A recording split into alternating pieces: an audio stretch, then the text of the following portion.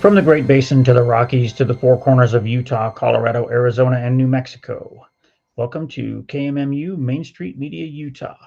We're coming to you live. We stream on YouTube, Rumble, X, and our website, kmmu.org. Please join our host, Dan Fillmore, for Let's Talk Utah's Dan the Eagle.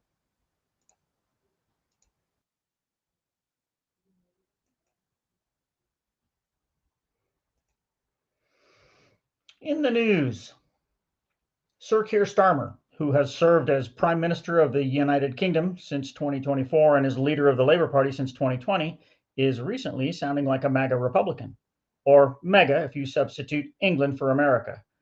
Starmer has called the Israeli blockade on Gaza intolerable and said his government is working towards a two-state solution. Taking a page from President Trump's immigration playbook, British PM Starmer announced visa restrictions to slow immigration to the UK, using language his critics said was dangerous. Monday, President Donald J. Trump signed an executive order to bring the prices Americans pay for prescription drugs in line with those paid by other nations. Some pharmaceuticals, such as insulin, which can cost as much as $300 a month, can be purchased in other countries for as little as $30 a month. The average prices may be reduced as much as 50 to 60%. Average Americans will save billions in total if the Trump administration can get drug prices down. CNN's Jake Tapper and Axios's Alex Johnson have written a new book, Original Sin: President Biden's Decline, Its Cover-Up, and His Disastrous Choice to Run Again. We're wondering why there's such surprise in the mainstream media. What do you think, Dan? What do I think, Dwayne? I am grateful for you for doing an awesome intro. That's what I think. Thank you so much. Thanks, everybody, for tuning in every single Wednesday at 4:30 for our awesome show. We did have a few technical difficulties at the beginning of the show, so we are at a little bit of a late start. But we appreciate those that are tuning in now. Make sure that you like this video and subscribe to my personal YouTube channel, Dan the Eagle _76. Every time you subscribe to my channel or like one of my videos, a liberal will actually lose a piercing. I don't know how it works, but it does. Maybe you can ask Dwayne how it does, but I've seen liberals walk by, and as someone likes my video, the piercing just vanishes from their nose or from their eyebrow. It's amazing. So make sure that you do that. If you don't want to subscribe to my personal channel, there's something wrong with you, but you can subscribe to KMMU's own social media accounts on Facebook, X, and Rumble. Today we have an amazing show. We have a jam-packed show. There are so many things that I could have chose to talk about because I only do a show a week. So the things really start to add up. I decided to have the most interesting things that I think the audience would enjoy. And I have an amazing guest for us. He's a frequent of the show. I think this is his maybe third or fourth time that he's on here. So we're really excited to have him back. It's my buddy, Kendall Flake. So Kendall is basically a loser that has nothing to do with his time. So he's always down to get on my show. Just kidding. No, Kendall's a really smart guy who's going to give us some expert political analysis and cultural commentary. So I'm going to bring in Kendall now. Hey, Dan, Kendall, how's it going? How's it going? You doing Man, all right? Yeah, I'm just taking a break from going on dates with 1 billion girls and working on my 1 billion projects to make me billions of dollars to just come on your show. So it's a huge sacrifice for me to be here, but I'll do it for you, bro. Okay. Did you hide your trophies as well? That bookshelf behind you is pretty empty. Yeah, I just didn't want to intimidate you too much. All the books that you've written, all the things you've accomplished. Yep, all of that is on that shelf usually. It's funny because usually we have guests who like have done things, and so like I have a bio for them. And we're both pretty young, so we haven't accomplished all that much in life. But give us 20 years, we'll have a bio. You know, we'll have things to say. So, oh yeah, Kendall, give a brief description, basically, for the audience, who you are, why you care about politics, and kind of your journey there. Tell the audience a bit about that. My name's Kendall, and I'm currently finishing up a degree at BYU, Brigham Young University, in philosophy. And that has been super interesting to study the foundations of thought in the Western world. And it's it's been like a really interesting journey for me. And I've always just been interested in politics. I think I started being interested in politics when I was like 13 or 14. That was back when feminism was like blowing up on the internet, and I just thought it was like the stupidest thing ever. And so that is how they made me into a political extremist, is by trying to say that women are better than men. Oh, wow. Yeah. That'll do it. That will do it. We actually have a part of the conversation that we're going to get to with David Hogg. I don't know if you know who that is. He's the yeah. He's the current DNC vice chair, but he was on Bill Maher, and he actually had some interesting comments about men and women. So we're going to get to that later.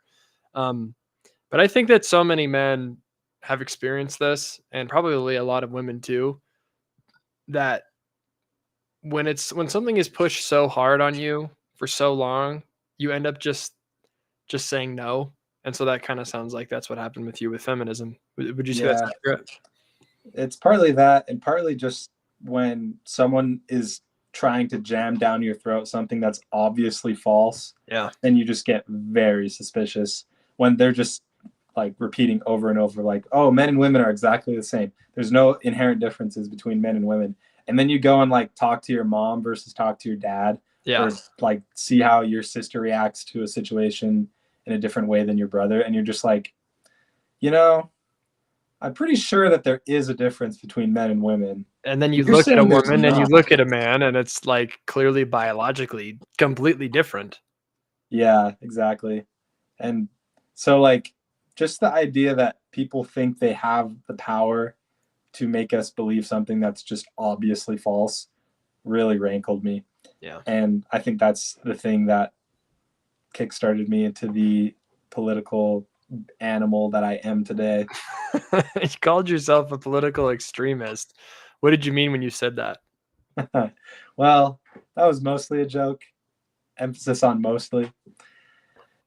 I guess the reason, like, if I were to unironically describe myself as a political extremist, it would be because, I don't know, I feel like my views are not that crazy, but the thing that makes them extreme is I'm like actually committed to them, and I've actually thought them through, and I feel like I can support them pretty well based on logic, philosophy, science, etc. So I don't think I'm gonna change opinions based on how the wind is blowing, because I've actually thought this stuff through and I believe it. Yeah. You don't sound like an extremist to me. You sound like a normal, well-adjusted, healthy person. That's what I think when I hear someone describe themselves as that, because I think today, Dan, that is pretty extreme to be a normal person. It's the thing I hear all the time when people say that Joe Rogan is a right-winger.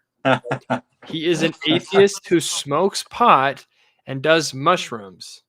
Like, I'm sorry, what about that is conservative? What about that is like traditional minded? Like, he doesn't even like really encourage people to get married or to have children. It's something that, like, if it happens, that's fine. Like, he's not a conservative at all. He's just not crazy.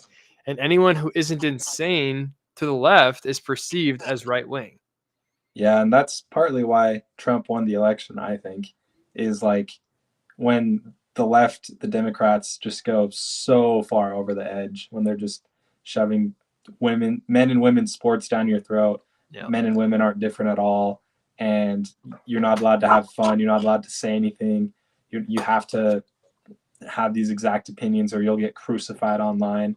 Yeah. Like, normal people are just going to go with the party that seems less crazy. And so if the Republicans seem less crazy, then they'll win normal people, Yeah. And I think most Americans are just normal people. So, yeah. So speaking about crazy ideas, Keir Starmer, this might be a strange place to start, but I actually think of all the news that's happened this week, this is one of the most significant pieces of news that has come out for the West, for the whole world in years. Keir Starmer is the leader of the Labour Party in the UK, which is basically like saying the Democrats for the United States or the Liberals in Canada. He came out with some really strong anti-immigration comments. I was actually blown away when I saw these. because this is the guy who walked around saying that diversity is our strength. If you criticize him, then you're Islamophobic. Just the classic liberal playbook. But let me just read one of the tweets that he has, and then I'll let you react to it. So this tweet came out yesterday. I don't know if you can see it. Can you see that okay? Yeah. So it says, if you want to live in the UK, you should speak English. That's common sense. So we're raising English language requirements across every main immigration route. Kendall, that is, in my opinion, just massive. Like, that is huge. Help the audience understand what this means for the UK and for the West. Well, basically, it means that they hate Muslims. No, I like. You got it. On a serious note, though, this is extremely huge because I'm not super familiar with the intricacies of UK politics, but one thing that I did notice that was extremely weird to me is the Conservatives have been in power up until like recently. I think, when did Keir Starmer get into office? So it was Boris Johnson for a while, and then they switched him out for Rishi Sunak, and then Rishi Sunak lost to somebody else, I think, and then he has been in office since 2024. Keir Starmer. Yeah. And so they were controlled, like Conservatives were in charge for a long time, the Conservative Party in the UK. And yet for some reason, the years that the Conservatives were in power were some of the biggest years for immigration numbers. In fact, I think they were the biggest years. Like one year had like 900,000 migrants or something crazy like that. And so which doesn't sound a lot to us because in America we have almost 400 million people, but the UK only has a population of about 40 million. So 900,000 is like massive. I think it's closer to 80 million, but yeah, that's like a tenth of. Is it 80 million? Yeah. Ish. Population of UK 6.8. So we're right in the middle. So 68 million, is that what it is? Yeah, sorry, 68.5 million people. Okay. Yeah, so that's like more than a tenth of their population, which is bonkers. Like, wait, am I doing my math right? No. It's that's not like that many. 1%. That's like 1% of their population came in a single year. And they had similar numbers to that like several years in a row, which is insane numbers. And I think part of it too, though, is the congregation of where these people were. It wasn't the fact that like they came into the country and they spread out all throughout. It was like they went to just these big cities. And so these big cities quickly turned in from being pleasant British places to Middle Eastern countries. You walk around and you see people from the Middle East there, and there's signs in Arabic all over the place, and there's mosques everywhere. People are praying in the streets and they're not speaking English. And so England very quickly turned from England into Englandstan something. Sorry, continue. Yeah, seriously. It's pretty bad. And like, I still don't understand why the Conservatives just let that happen. I mean, that was even one of the reasons why Brexit was a thing, is because people were fed up with this. And then it just got worse after Brexit instead of better. And so the fact that the Labour Party is the one actually addressing this and taking steps to stop it is very significant because it's signaling a shift. So one thing I do know is a lot of the anti-immigration parties in the US, like UKIP, the US? No, sorry, in the UK. Okay, yeah, in the UK, you're good. Yeah, like UKIP are gaining seats and like gaining popularity. And so this might just be the Labour Party trying to throw those people a bone and maybe win back some support. Yeah. But even so, as long as it's effective, then that's what matters. I agree. I mean, I don't like Keir Starmer much because of the stuff that he's done and what he stands for, but this was like, I mean, seriously, like standing ovation for this man for actually like having the balls to say something like this. Because anybody who says stuff like this, like, I don't know if you remember when Trump was saying that people who come to this country need to speak English back in his first term, he was pilloried for that. I remember Jim Acosta yelling at him saying, well, they can learn English when they get here. That's fine. Why are you being bigoted? Why are you being xenophobic? Why are you being this? Why are you being that? And I think that old liberal mindset is just gone. It is gone. And Kendall, why do you think, help the audience understand why you think that people are just kind of over this compassionate liberal BS? I think it's one of those things where people, like, once it's personally affecting them, then it opens their eyes. Yeah. So for a while, when it was just confined to like some places in certain cities, that was only affecting a small percent of the population. Yeah. But as more and more immigrants come in, and people, like more and more people throughout the country are seeing what that actually does, then more and more people are starting to stand up against it. And I think also, like, one aspect of this we haven't talked about is the UK has a lot more social services than the US does. And so they have a stake in making sure that the people that come into their country are contributing more than they're taking. Because right now, like the UK's health program, I think it's called the NIH, is essentially bankrupt and is running out of money.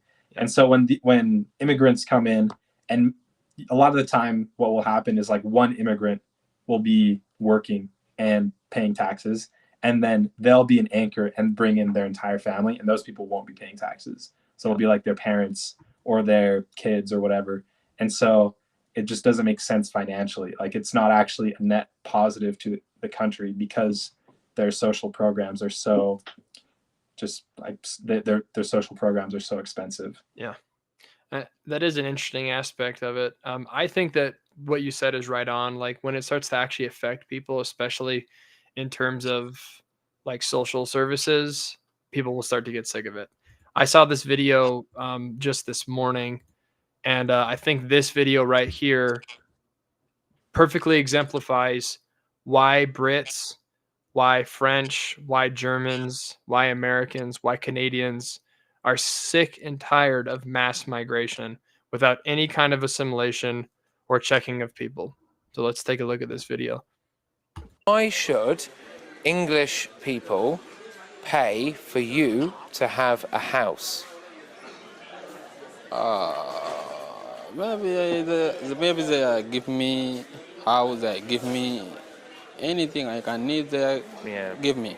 Just give it. Yeah. Why? Because people in England is perfect. Oh, so you think we're all rich people, Yeah. so we can give? Okay. Yeah. Can I tell you something? And we'll stop right there. So, Kendall, the phrase that this man learned before coming to the UK is "give me, give me." So why should we pay for your housing? Give me. I think what this highlights is, so right now I'm working with an organization that seeks to combat intergenerational poverty. Mm-hmm. And one of the things that we've learned through our research is that there are different cultures surrounding money. So if you grow up in poverty or in a place where just no one has anything, you have a different outlook on how money works and how people should spend money than if you grow up more like me or you, where we're not wealthy, but we're not on the brink of starvation. So people like me or you, we have this idea that like no one really owes us anything. We have to go out and work. We have to like do our best to prepare for the future and provide for ourselves. And if we do ask for help from someone, it's like we really don't want to do that, and we'll try to repay them if we can. Yeah.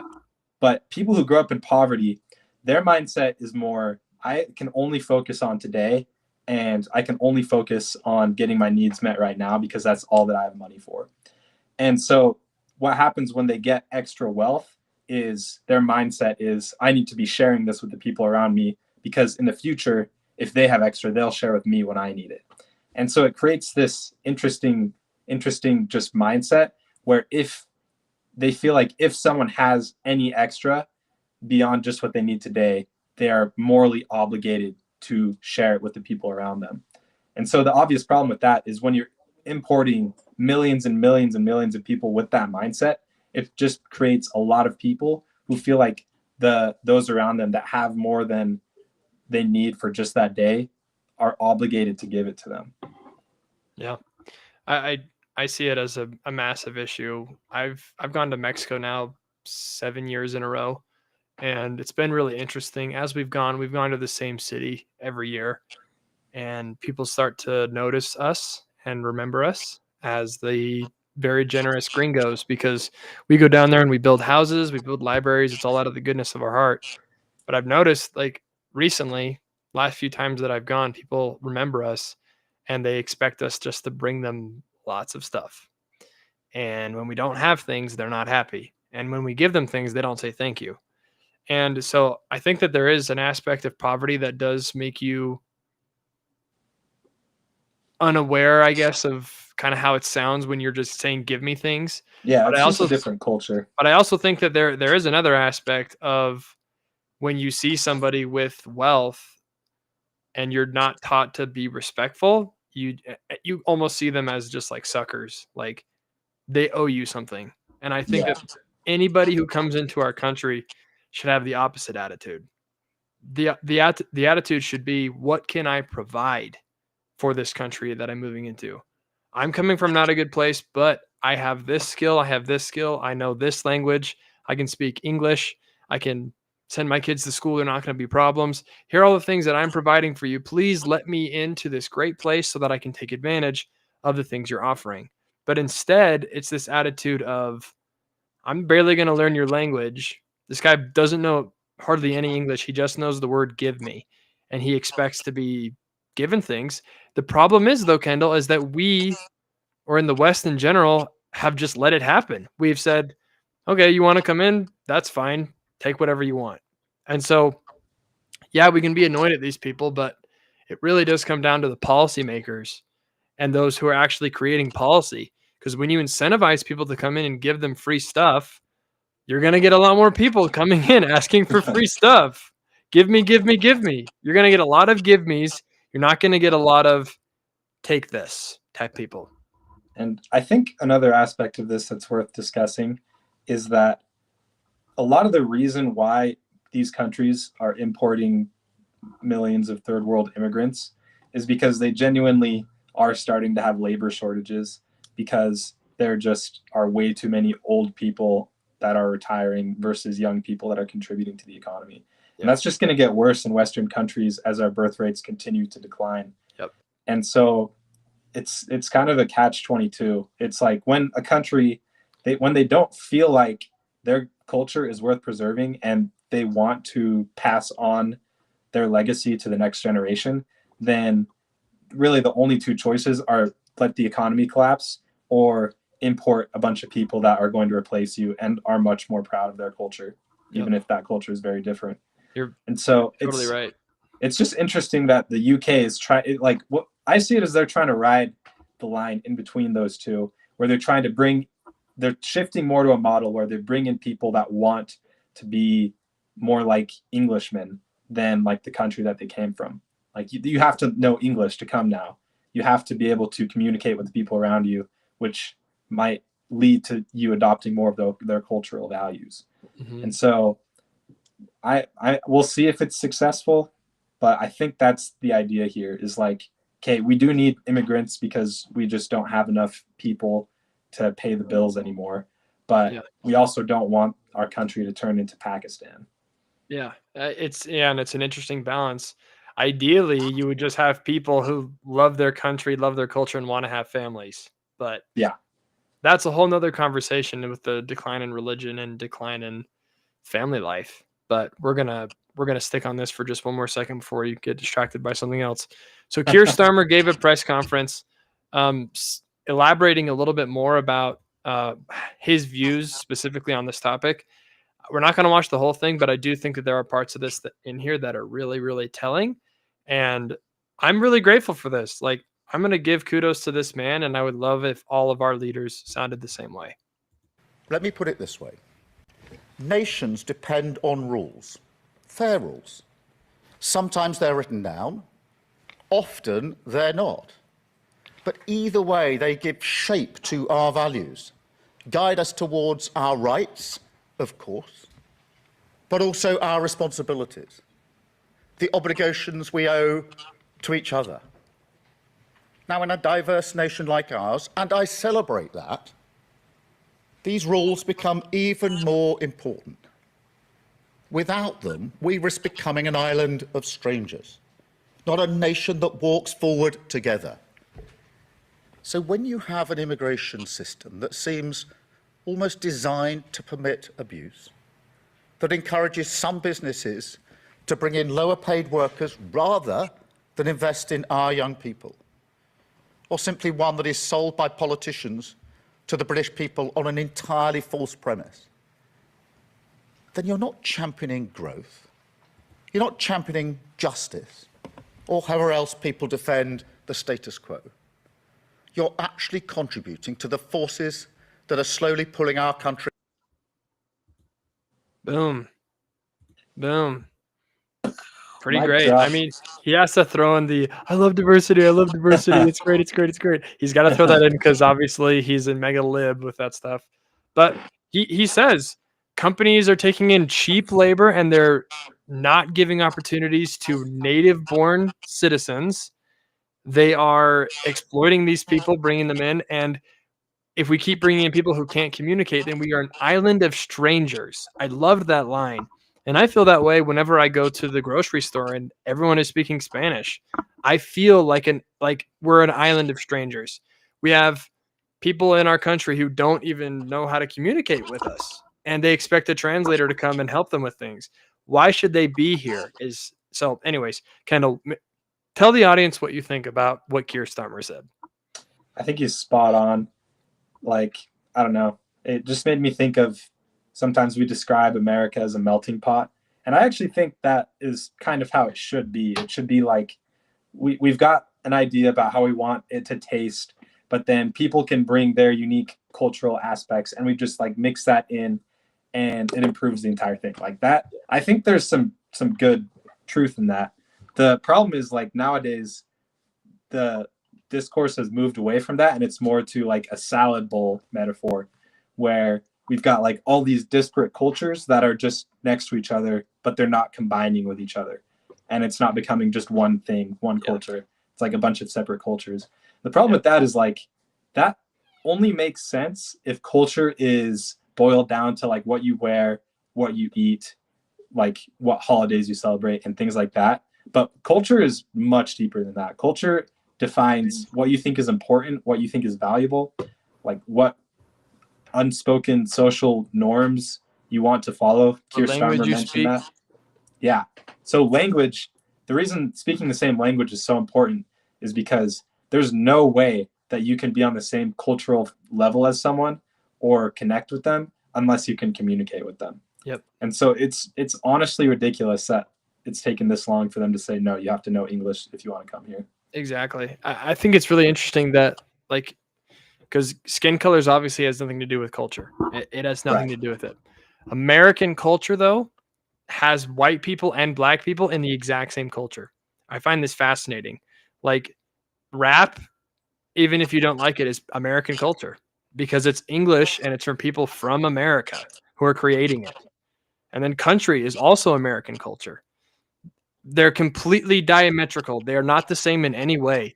And yet they are American. And the reason is because they come from people who are here and they're speaking English.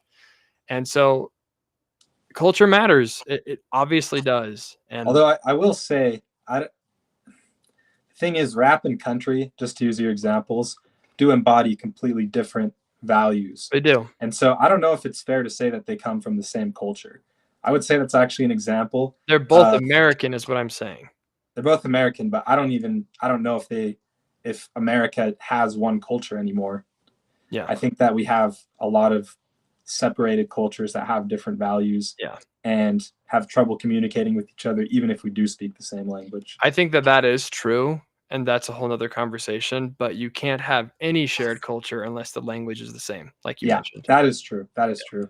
And like so you can't even address the issue unless you speak the same language. Right. And there's 100 other problems within America, like you mentioned, like rap culture in and of itself. Like we would have a lot to say about that, I'm sure. The promotion of calling women the B word, talking about drugs and sex and killing people. cops. Like, obviously that's not good. So we have our own cultural issues, even in our language. Why would we bring people in who don't speak our language? Yeah, because then not only do you have cultural mismatches, you can't even communicate about them. Yeah, it's unreal. So speaking of that, though, this is the most annoying thing, man. Like, why does the Labor Party have to do it? You know? Why couldn't the conservatives just grow a freaking pair and do it themselves? Sure, you're going to get called racist. You're going to get called names. Who cares? This is what the people voted for, and it's obviously easy to make the argument. However, the Republicans in the United States, I think they're getting it, but they're not getting it entirely, Kendall. I hate to report. There was a little snafu a couple days ago where the House GOP X account put out a statement in English and in Spanish for some reason. So, no. Yes. So here it is right here. It says, House Republicans believe in every American's potential to thrive by embracing the power of work. That means absolutely nothing, by the way. Just a load of crap. Yeah. And then right below that, it's all in Spanish. Explain that to me, Kendall. Well, from a strictly Machiavellian perspective, this is actually a fine thing to do because, like it or not, in this country right now, there are a lot of people that just speak Spanish, and the Republican thought is probably like, well, they're here, so let's just try to get them voting for us. So let's just put this in Spanish. So I'm actually fine with that from a Machiavellian perspective of just like, this is what we have to do to win. But like, I will say, what? So you're fine. You're fine because it's Machiavellian. No, like if I was only evaluating it from a Machiavellian perspective of this is what we need to do to win, then I'd be fine with it. Sure. But there's also just the aspect of messaging where they're normalizing putting stuff in two different languages, which is not really okay. Like that should not be a thing. So I don't know. I mean, I hesitate to condemn them fully because if it is just the thought might even be we need to win some elections in order to make this sort of thing happen. Like sometimes you just got to do what you got to do in politics. You can't always be exactly ideologically pure. It just doesn't work that way. Sure. But it is annoying that they have to do that. Like in an ideal world, they wouldn't. I would argue the exact opposite, Kendall. And I would argue that you doing this is acting like a Democrat, and the Democrats just lost. And pandering to people and lowering your standards doesn't bring anybody or inspire anybody to join your cause. When you go down to their level, it's pretty hard to inspire them or feel like you're a leader. Like it's like when Beto O'Rourke was interviewed back in like 2018, they asked him, "What do you believe in?" His response was, "Whatever you want me to believe in." That is not inspiring. Trump would never say something like that. Trump would say, "This is what I believe, and I'm going to convince you of the merits of my argument." Trump would say, "I love Mexican food. Trump Tower has the greatest taco bowls in the world." Yeah. Pandering is stupid, and I'm really annoyed that Republicans are doing it. I stay away from this crap. Stay away from it like it's a plague. We speak English in America, and those who want to speak Spanish, they can speak Spanish and they can click translate on their phone. Okay? Yeah. We don't have to do this double whammy thing constantly. I'm taking the train to and from work pretty often, and it's in English, and then right afterwards it comes in Spanish, and it drives me up the freaking wall. Like, are we going to have a culture, and are we going to have a state or a country that moves together, or are we going to have islands of strangers? Like, taking Keir Starmer's word, like, and I think that I don't want to have islands of strangers. What do you think? I will say, like, on the pandering point, I think that it comes down to just what is more valuable, because at a certain level, like, there is some maybe minuscule, but there is some value too pandering, but that a lot of the time is outweighed by being just what you said, like being inspiring, being ideologically pure, showing people a vision for the future that they are excited about. Mm-hmm. So you do have to balance those, and I think often the balance does come down on the side of what you said. And like this might be a fight that's not worth sacrificing for the purpose of pandering, because like it is just ridiculous that I go to Walmart or I go to Home Depot or wherever, and it's just like Spanish being spoken everywhere around me, and then I even like try and ask an employee for help, and they just give me like that deer in headlights stare, and then have to like go find the one like actual English speaker in the entire store, you know? Yep. Or you go to a school and the teachers all have to speak both languages, and they give all their assignments in both languages, or they hire separate people to come in and speak both languages. And the kids who are from here, America, feel left out because they don't speak Spanish. And it's like, that should be the exact opposite. People should be feeling embarrassed to not know the language where they live. Like it's actually so simple in my head that it blows my mind that anyone could even be against this. Yeah. And me and you have both lived overseas and learned a second language. Yep. And I'm not going to say it's easy to learn a second language, but like I knew people significantly more stupid than me that learned what I, you know? Yeah. And like, I don't know. It's just like, I was able to communicate fairly well after 6 months. Same. In a language that's much harder to learn than English. Yeah, And absolutely. like, I don't know. I feel like especially if it's someone who's been here for a long time, there's no real excuse for not knowing English. No, there's not. Well, I'm glad that we came to that conclusion. Now we're going to talk about Trump, baby. His big moves. He's got some big moves, and we're going to jump into that. Before we do that, though, you are listening to Dan the Eagle. You can call in right now. You can ask me any question. You can ask Kendall any question. You can ask him what kind of longboard he has there. Why is his trophy shelf completely empty? Why does he wear glasses like a dork? You can call him, ask him anything you want. You can talk. You can ask Dan the last time you had a girlfriend. You don't have to ask me that. The phone number you can call is 385-899-2134. Our lonely call screener is waiting patiently for your phone call. 385-899-2134. Give us a call. We might make fun of you a little bit. No, we won't. Have you ever actually gotten a call, Dan? My buddy Riley called once. Did he just make fart noises the whole time? Be honest. No. We talked about real serious things because I'm an adult.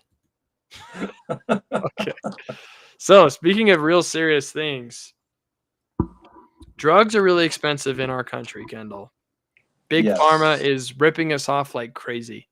They can sell something in Denmark for $50, and then if you try to buy it here, it costs $2,000.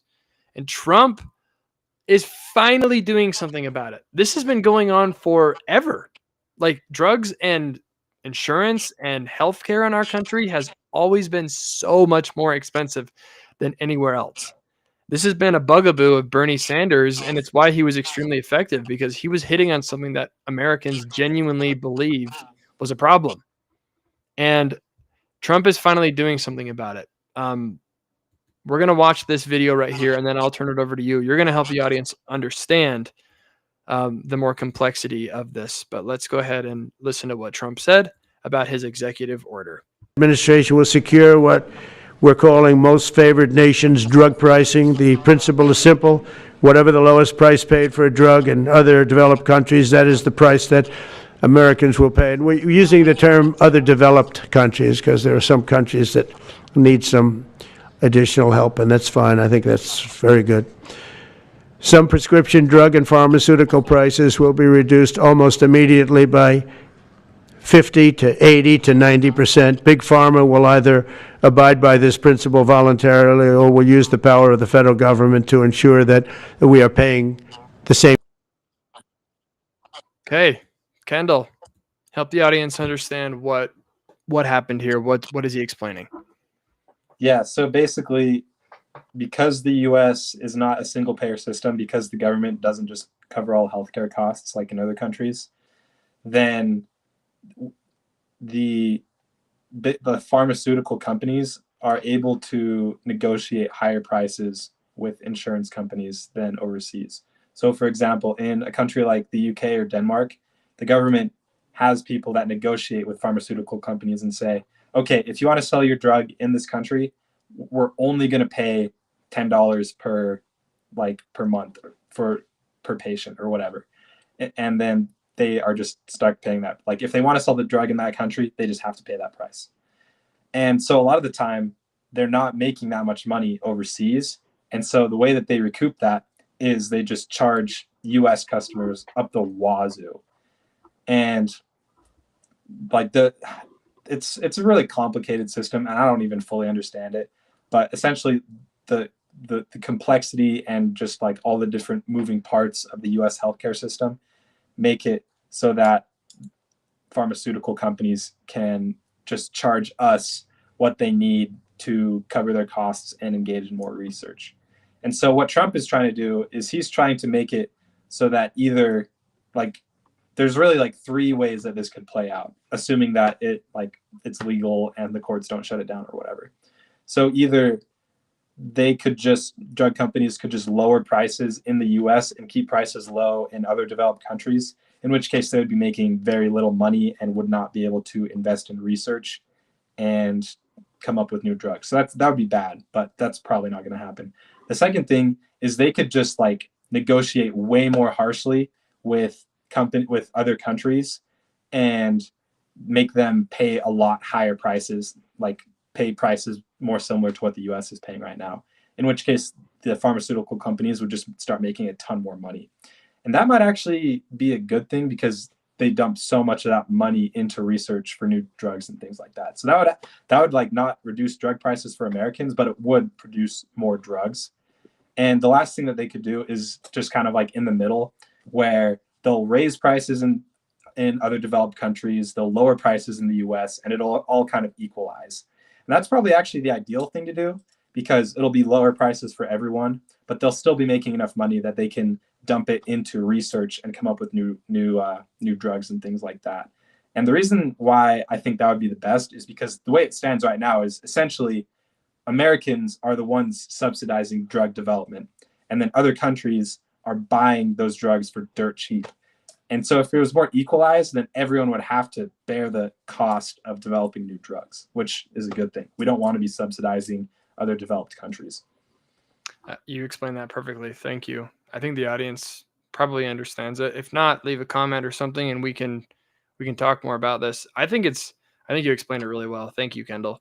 I'm so excited for this. This has been on my bingo card since I was probably like 18 and I had to like actually go to the doctor and like pay for things myself.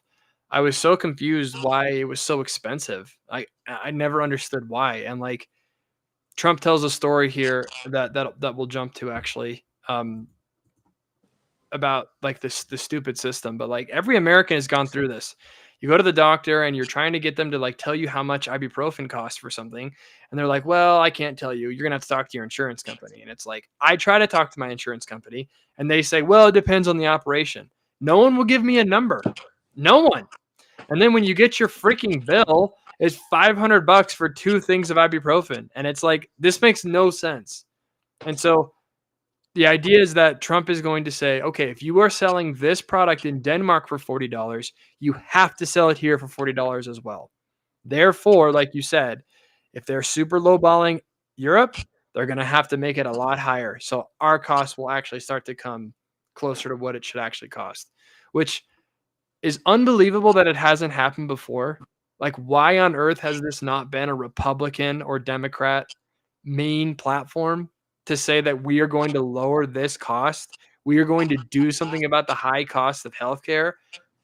And I think the reason is that Big Pharma has been funding Congress, Republicans and Democrats to the tunes of billions of dollars. So their lobbying power is insane. They're one of the most powerful lobbies in all of Washington. This is why I love Trump so much. He does things that literally no one else has the balls, the guts, the ability to do, because he doesn't need their freaking money. He says, it's just so funny. I'm going to fix this problem. I'm an outsider. Boom. No one had the balls to do it before. Just so funny to me. I sometimes I feel like part of the reason the left hates him so much is because they're envious that he's actually doing the things that they've been campaigning for like decades now. It's just so funny to me. It's like he just gets in there and he's like, hey, you know this thing that Democrats have been talking about and was like one of their big talking points? Well, I don't know why they haven't done it, but I'm just going to do it. Let's just start the process. Yeah. Get that ball rolling. Yeah. And then you look the same thing like with immigration. Like Joe Biden was talking about how, well, we need this legislation to get the border closed, blah, blah, blah. We can't get anything done, blah, blah, blah. Trump gets in there and within the first month, the border's shut. It's like he actually just gets things done. It's amazing. And I think you need someone like him to do it. But we're going to play this clip of Trump talking about an example of a friend of his that was getting what he calls the fat shot in the UK in a very Trump-like way. I love this video. Let's check it out. The fat shot.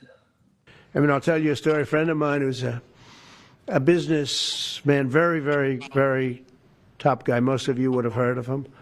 A highly neurotic, brilliant businessman, seriously overweight, and he takes the fat shot drug. And he called me up, and he said, President, he calls me, he used to call me Donald, now he calls me President, so that's nice respect. But he's a rough guy, smart guy, very successful, very rich. I wouldn't even know how we would know this, but because he's got comments. President, could I ask you a question? What? I'm in London, and I just paid for this damn fat drug I take. I said, it's not working. He said, I just paid $88. And in New York, I pay $1,300. What the hell is going on? Oh man, he's so effective because of this. He's funny, but he also tells a really compelling story. I know that is like that right there is a quintessential Trump story. I think that'll go down in the all-time classic book. Yeah, I agree. President, I'm taking this fat shot. It's not working. He roasts his friend, but the whole time he's saying, what a guy. He's so great, so rich. I also loved how he was like, he shows me so much respect. He calls me president. He's the smartest, most brilliant businessman, and he shows me so much respect. And then he calls him fat right after that. But the point, Kendall, $88 in the UK, $1,300 in the United States. Help us understand. How is that fair, Kendall? Well, the thought is like the governments of these countries know they can pretty much tell the pharmaceutical companies any price, and the pharmaceutical companies will just have to pay it. Yep. Because there's not really any sort of competition going on, you know? It's like if they don't accept a low price to sell in the UK, then they just won't be able to sell there at all, and they just will lose out on that money. Mm-hmm. And so they would rather just take a super low price than nothing at all. Yeah. And so if the US was doing that too, then it would be like I said, there would just be no money for research for new drugs. So that's just like not really an option. But what Trump is doing is he's trying to equalize the playing field, because now if the UK accepts, or like the UK is negotiating with the drug companies, and the UK is like, we'll only let you sell your drug if it's super cheap, then suddenly that cheap price is what the US is going to pay as well. And so it might actually make more sense for the drug companies to be like, no, we're not going to sell our drug in the UK if we can't actually make any money on it. Yeah. Because the US market will just not be profitable anymore. Yeah. And so it makes it so that the drug companies can negotiate more fairly with other countries, and it makes it more like, I don't know, like it'll make it more fair across the board is what I'm trying to say. Yep.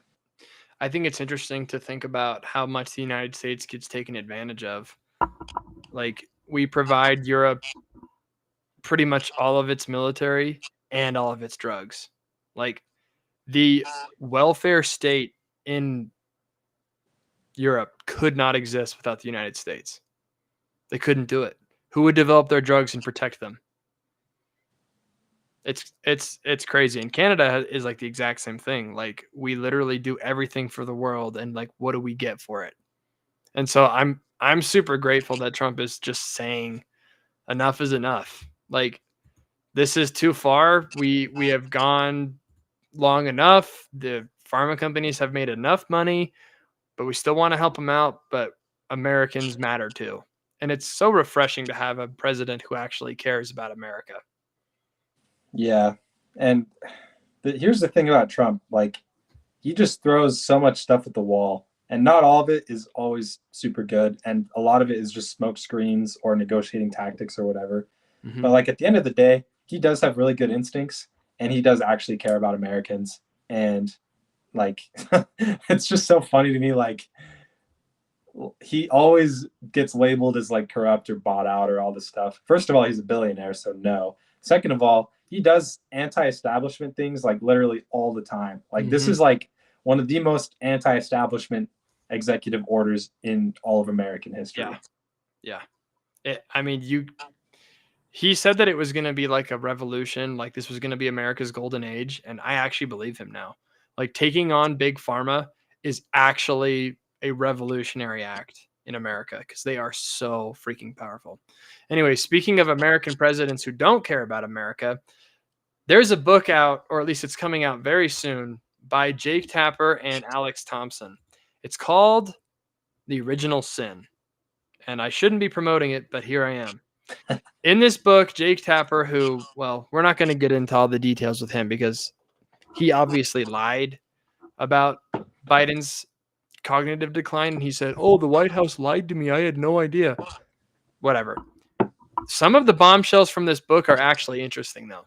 So one of the things that I was gonna read here, this is from Newsweek. It's talking about some of the things that are in this specific book. So I'll just read this first paragraph for you, and then I'll get your reaction on the other side. So Biden's aides actually wanted to put him in a wheelchair. In a piece published by Axios, Thompson adapted another story from the book, saying Biden's physical deterioration had become so severe that his advisors considered whether he would need a wheelchair if he were elected for a second term. Biden's aides were aware of this diminishing physical abilities during the 2024 campaign, the authors wrote, but they felt they couldn't put Biden in a wheelchair until after the election. The discussions, as well as concerns about the timing of the optics of Biden using a wheelchair, highlighted the extent of which those in the inner circle went to conceal his condition from the public. It also says that Biden had mild post-fracture foot arthritis, but attributed changes to the president's walk to significant spinal arthritis. So, Kendall is just falling apart. Jeez. His spine was falling apart, and so were his feet. And they had to almost put him in a wheelchair. And we were called crazy for saying that he was mentally declining. To help the audience understand. Yeah, it's one of the worst attempted cover-ups in American history. And if we had any sort of fair media, then heads would have rolled for this. Mm-hmm. Like, it's so bad. It's like, however bad people just have a short memory about these kinds of things. But I distinctly remember in like early summer of 2024, all these things coming out like, this is the sharpest Biden's ever been. Mm-hmm. Biden's never been in better health. And then he just goes up on stage during the debate and just is an actual zombie. And now people like Jake Tapper are trying to get in front of it by putting out like books, jumping on the hate bandwagon, which honestly, good for him for at least drawing attention to this, even if he was complicit originally. But like, it's honestly insane to me. Like, I think that was the final straw for a lot of people. COVID was a pretty damning indictment of the media and the establishment, but the whole Joe Biden cover-up thing was just so obvious and so blatant that at least me, and I know a lot of other people feel this way too.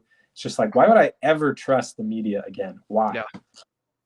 And you shouldn't. I think you and I watched that debate together, didn't we? Yeah, and it was just a train wreck. Dude, don't you remember, like, we're getting all ready for it, and then Biden started speaking, and we just looked at each other, and it was like, oh my gosh, it's so much worse than I thought. the crazy thing was he actually was doing decent. Like he looked pretty bad, but he was doing decent for the first like maybe 1/3 to 1/2 of the debate. And you can actually see like the several minute span where whatever drugs they pumped into him start wearing off, and then he's just like completely falls apart. It's insane. This poor man, like my instinct is to criticize him because of the problems that he caused in the country, but I don't even think he was aware. Like, I think the people that were around him were narcissistic, psychopath, sadistic pieces of garbage who were just using him. And they were literally willing to push him over the edge and throw him in a wheelchair after the election. Like, this poor man was manhandled. Like, I have so much empathy for Biden, to be honest. Well, the reports that I've heard are pretty clear that Biden did want to run again and did want to be president again. Yeah, but he's an old man with dementia. Of course he does. That's what I was gonna say. Is like, if your 86-year-old grandpa or however old he is with dementia is like, I want to go to the gym and deadlift 500 pounds, then even if that's what he wants to do, like, you don't let him go do that. Yes. You say, no, grandpa, you're old. You're going to stay home and watch Looney Tunes on TV. Goodbye. Exactly. Have fun in the nursing home. Biden should be on a porch in a rocking chair, talking to his grandkids about silly, random, dumb stories. And they're like, Grandpa, you already told us that story. Like, oh, okay. I didn't remember. That's where he should be. He shouldn't have been the president. And Jill Biden, this nasty woman, dragged him around almost to his death. And I don't think that can be forgotten. Yeah. It's just like enabling behavior is how I see it. Is like, if your friend is an alcoholic, even if he wants alcohol, you don't let him. Yeah. So even if Joe Biden wanted to be president again and get elected again, like, you don't let him if you're someone that cares about him. Yeah, exactly. I saw this thing. Do you know who Sneeko is? He's a streamer, right? Yeah. Isn't he a leftist streamer? No, he's like kind of crazy alt-right now. Oh yeah, Sneeko. Yeah, he hangs out with Kanye. Yeah, like, yeah, that's another example. Like, this man who's very famous, Kanye West, and he's got this leech right next to him, Sneeko, saying, you know what, keep doing all this crazy stuff, and I'm here for it. All they're trying to do is advance themselves, and I'm sick of the leechy behavior. I think it's disgusting. Like, people that need help, that are in power, you should just man up and say, you can't do this, and I'm not going to let you. But no one did that around Biden because they were corrupt, and all of the media went along with it. Joe Scarborough said, if we didn't believe that this was the most cogent Biden that you'd ever seen, then F you, that we couldn't handle the truth. That is what he said. That's so funny. Yeah, I don't know, man. It's just crazy, because the craziest thing to me is, like, if the Democrats in like early 2024 had just been like, we're not letting Biden run again. We're going to hold a primary, and we're going to, because I mean, as we've seen, they have no trouble getting the candidate that they want. Yeah. Like, they shut Bernie Sanders out twice, and they, as soon as Kamala was their heir apparent, then they just shoved her in there, and Biden was gone in a second. Yeah. So like, they could have just had a primary and figured out who the voters actually wanted, who the voters actually would have voted for. And there's a much better chance that they would have beaten Trump. Like, maybe they wouldn't have, but the chance would have been much higher. I agree with that, actually. Trump was kind of politically dead for a while. Like, January 6th happened. He was seen as politically toxic. Like, he lost a bunch of midterms again. Like, they lost senators in 2021 as well. Like, it was bad. Even I, who has MAGA tattooed on my butt cheeks, briefly disliked Donald Trump. Me too. I was a huge DeSantis fan. But oh, I thought you meant you also had MAGA tattooed on your butt cheeks. I have it tattooed somewhere else, but I'm not going to tell you where. But I was a big DeSantis fan. Like, I didn't want Trump to win again. But then you see what the Democrats do, and they attack Trump like crazy, trying to send him into jail. He almost gets killed. It's like, bro, I have to defend him. How can I not do this? The main character, like, there's one thing about Trump that I love, which is there's this concept of like main character syndrome. Trump has that times like 1 billion. And the crazy thing is, like, the energy, his main character syndrome, it actually manifests in him seeming like the main character. Yes. Like the whole he actually is the main character. Like him going to jail and like the mugshot, that was like the start of it, I think. And then him just like destroying Biden in that debate and Biden just falling to pieces was like another just crazy main character moment. Yeah. And then obviously the big one is almost getting assassinated. Yeah. And then there were a couple more, like the McDonald's thing, the garbage truck thing, and then just beating Kamala. Like all of those are just like serious main character energy. And I just love it. He just sucks you back in. As soon as you think you're out, he just sucks you back in. Yep. That's exactly right, man. Unfortunately or fortunately, depending how you look at it. We actually have a comment here from Pretty Face. It says Kendall is a girl name. Hey, it was a boy's name first. They stole it from me. That's hilarious. Thank you, Pretty Face. Make sure you like the video. Leave some more comments. Those are funny. I saw a little link. I was like, did we get a comment? We sure did on my YouTube. Kendall's a girl. That's so funny. It's a boy's name, I swear. So, speaking about crazy Democrats, and then we'll end with this. David Hogg is the vice chair of the Democratic Party. I think he weighs like 40 pounds, maybe. He's very masculine, very tough. He's the antithesis of what men should be like as a Democrat. I mean, not the antithesis. He's the apotheosis. He was on Bill Maher, and he actually made a couple interesting points. He made a couple stupid points, too. We're going to watch the video, and we're going to talk about it. So here we go. Right now, what I think happened last election is younger men, they would rather vote for somebody who even if they don't completely agree with, they don't feel judged by, than somebody who they do agree with, that they feel like they have to walk on eggshells around constantly because they're going to be judged or ostracized or excommunicated. And what's interesting about this moment is it feels like the two parties in some senses have flipped, where, Republicans used to be the judgmental assholes in many ways. And since many Democrats, despite us, I would say for most of us coming from the right place of wanting to do the right thing, we've created a culture where we say, well, if you say the wrong thing, you're excommunicated. And that's just not how human beings work. Nobody is perfect, but ultimately what we have to do here is figure out how to bring people back in and work towards the bigger goal of advancing the future of this country and helping young people especially get by so that they're able to focus on their lives and, getting with a young woman or something like that, instead of how are they going to pay their rent, for example, or how are they working their 2 jobs. Young people should be able to focus on what young people should be focused on, which is how to get laid and how to go and have fun. David Hogg for president, ladies and gentlemen. Great to see you. We'll see you back here, I'm sure. Well, yep. David Hogg. I go to him if I ever need tips on getting laid. I was with him until the very end. I think that last part is you had to throw the Democrat in there at some point. But the point that he's making, Kendall, that Democrats are impossible to interact with and they're very intolerant and they are like the hall monitor is totally right. It's 100% right. Don't you think? I will say I do know some people on the right that are just like freaking super giga MAGA that will just like, I don't know. They act like intolerant libs if you're not like 100% MAGA. Sure. But that's not really the tenor of the party as a whole. And the leadership definitely does not reflect that. And the average Republican is not like that at all, which I can't say the same for leftists. It's like most of the leftists that I know personally will get extremely upset if you step out of line or say something that they disagree with.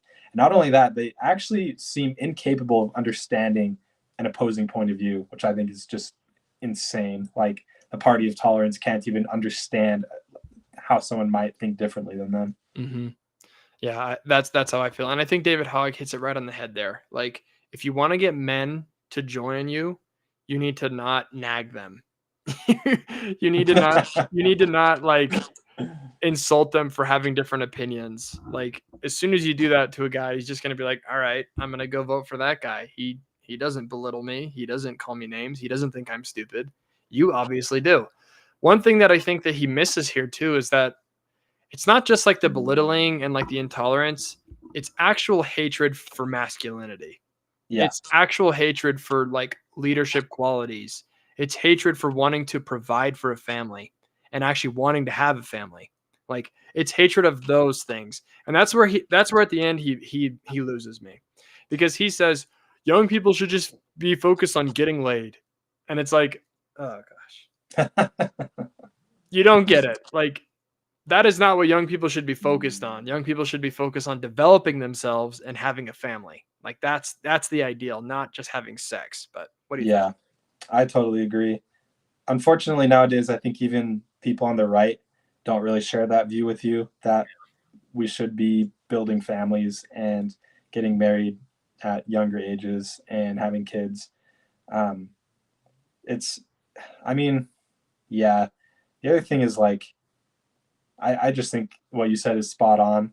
Once you demonize masculinity, and especially like, man, David Hogg is frustrating because you can tell he's like a decently intelligent, articulate guy, but he just does not have a masculine bone in his body. No. Like okay, this is gonna seem like a tangent, but it'll come back, I swear. Like Mark Zuckerberg used to be super liberal, and then he started doing martial arts and like training, and then suddenly he's like more of a libertarian. And I think there's actually something to that, where liberal men are only liberal until they actually start tapping into their masculinity, and they're like, wait a second, this isn't right. Like, masculinity is important and it is valuable.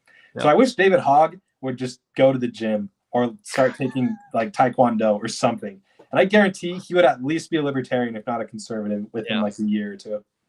He definitely wouldn't be espousing all this BS that he's saying, because it's obvious he, like you said, like I think if you gave him a testosterone like test, I don't think he would be healthy. He's like tiny, and you can like hear it.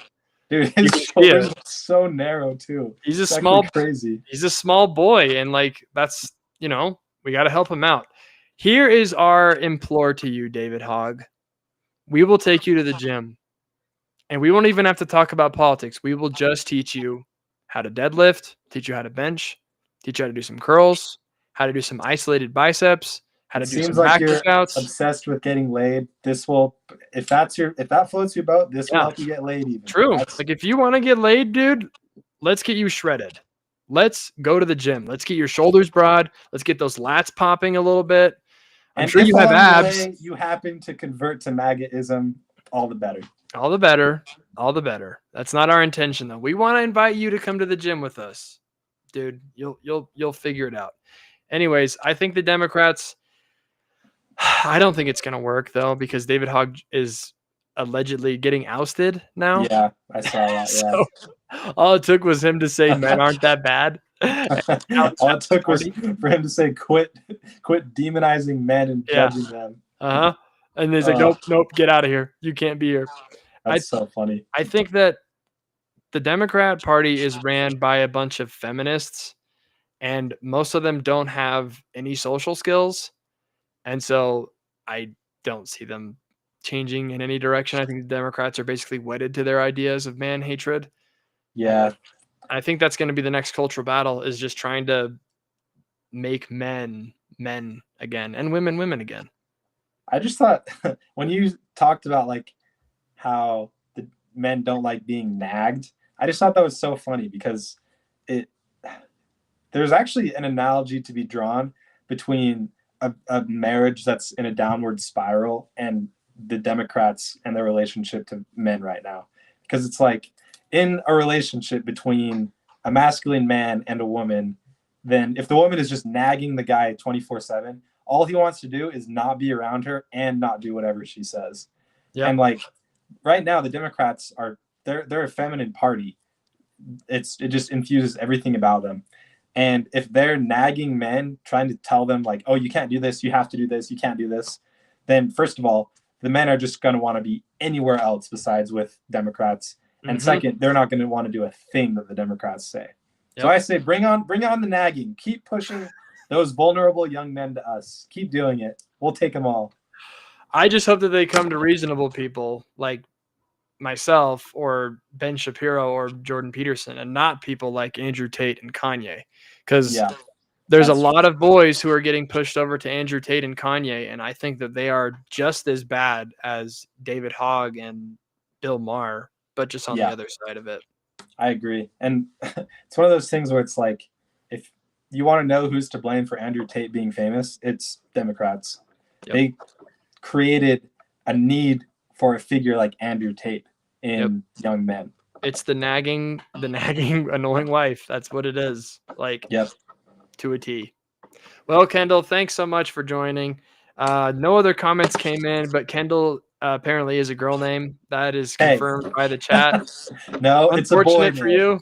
Unfortunate for you, Pretty Face has decided that it's a girl name, so that's what you get. If you want to call in for the last couple seconds, we will do a call. Again, make sure you like and subscribe. Every time that you like this one of my videos or subscribe to my channel, Democrats' hair turns back to a normal color. They're blue or green, and slowly the hair recedes, and then it grows back out into a beautiful blonde or beautiful black, whatever it might be. That does happen, I promise. So make sure you like and subscribe to my channel. Like and subscribe to KMMU. Go ahead, Kendall. If enough people subscribe, you might even revert someone's gender back to its original position. Ellen Page or Elliot Page will grow her breasts back if we get enough subscribers. Could you imagine? So, that's that. If someone wants to call in, we have a couple more seconds left. 385-899-2134. Go ahead and give us a call. Tell us if Kendall is a girl's name or a boy's name. Why don't you tell us what your opinions are on that? My opinion is it's non-binary. Kendall is a gender fluid name. Anyone can be called it, because I know boys and girls named Kendall. Just wait, Dan. In a few years, Daniel will be a girl's name. Danielle? What do you mean? Danielle, there's already a female version of it. Yeah, but Daniel will be a girl's name. They'll play that one too, and then we'll see who's laughing. How would that happen? There's already Danielle. Dude, there are literally so many boys' names have become girls' names. Dude, I met a girl named Logan the other day. Yeah, Logan. Ryan is now a girl's name.